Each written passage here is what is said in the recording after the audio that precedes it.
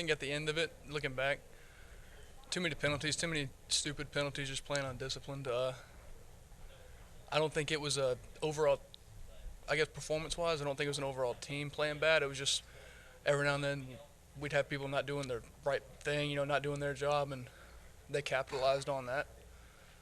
And that really hurt us when you look back at it and look at the film. It wasn't every play, obviously. It was just one play somebody would mess up and have an MA, and they would hit us on that and hit a big play. And that they just capitalized on our mistakes, really. As a leader, how do you kind of change that mindset over the past couple of weeks with losses? How do you change the rest of the team's mindset going into that final game and this team's win? Just like Coach Brown says, the season doesn't have to end on that kind of note. And this is our last opportunity to go out there and to really show what we can do as a defense and turn everybody's mindset around and end the season on a positive note.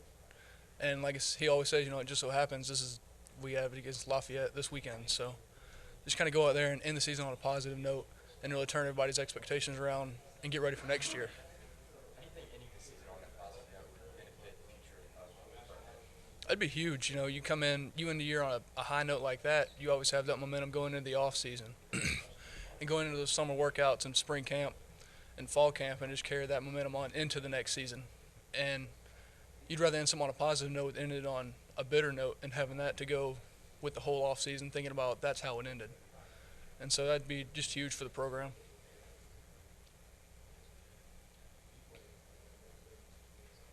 One more question.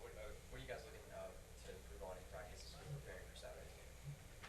Just improving on the little things and make sure everybody does their job and to cut out all the MAs and the missed assignments, because that's really what we struggled with last game, and to really play disciplined and to cut down on all the penalties of people's egos just being too big, and just playing the play between the whistles and not after the whistle.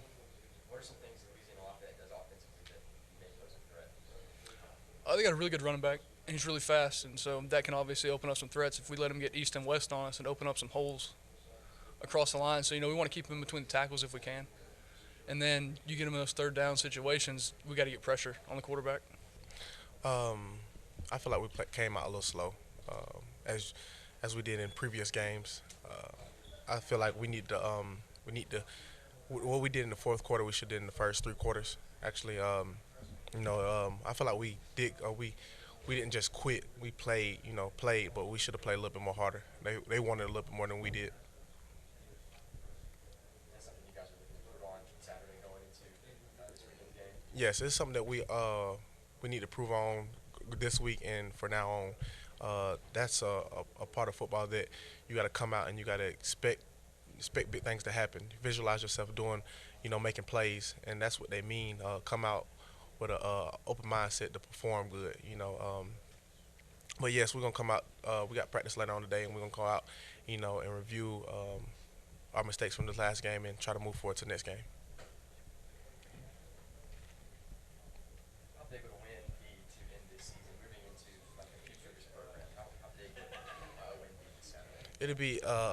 It'd be great, for the seniors too to leave on a good note and not a bad note. That's a good thing about having one more game. We end up having a loss, and we didn't have to end the season on that with our heads down and moving it for the upcoming people to move into next year with a loss in their head.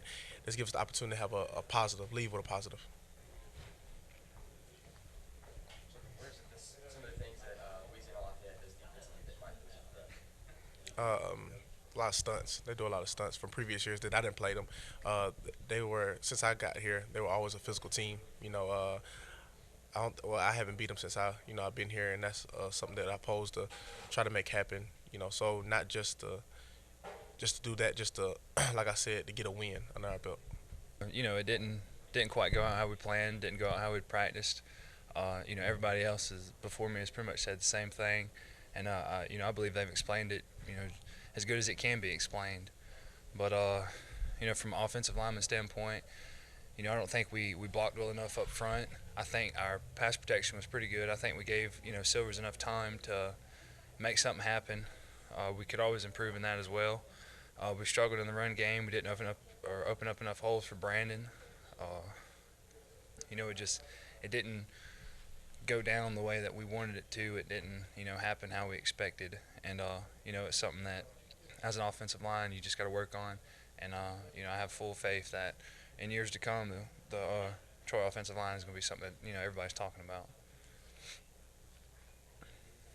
How big would a win be here at the end of the season, the final game of the year, moving forward in this program? It'd be great. It's always nice to finish on something positive. It's not how you start, it's how you finish. And, a win would just be, it's something, like I said, positive just to end with, to build going into the spring, the off season with. It'd be nice to finally play a game where everybody clicks and everybody's firing on all cylinders. And, we have yet to have a game where everybody plays to the best of their ability. And it'd be nice if that happened this weekend.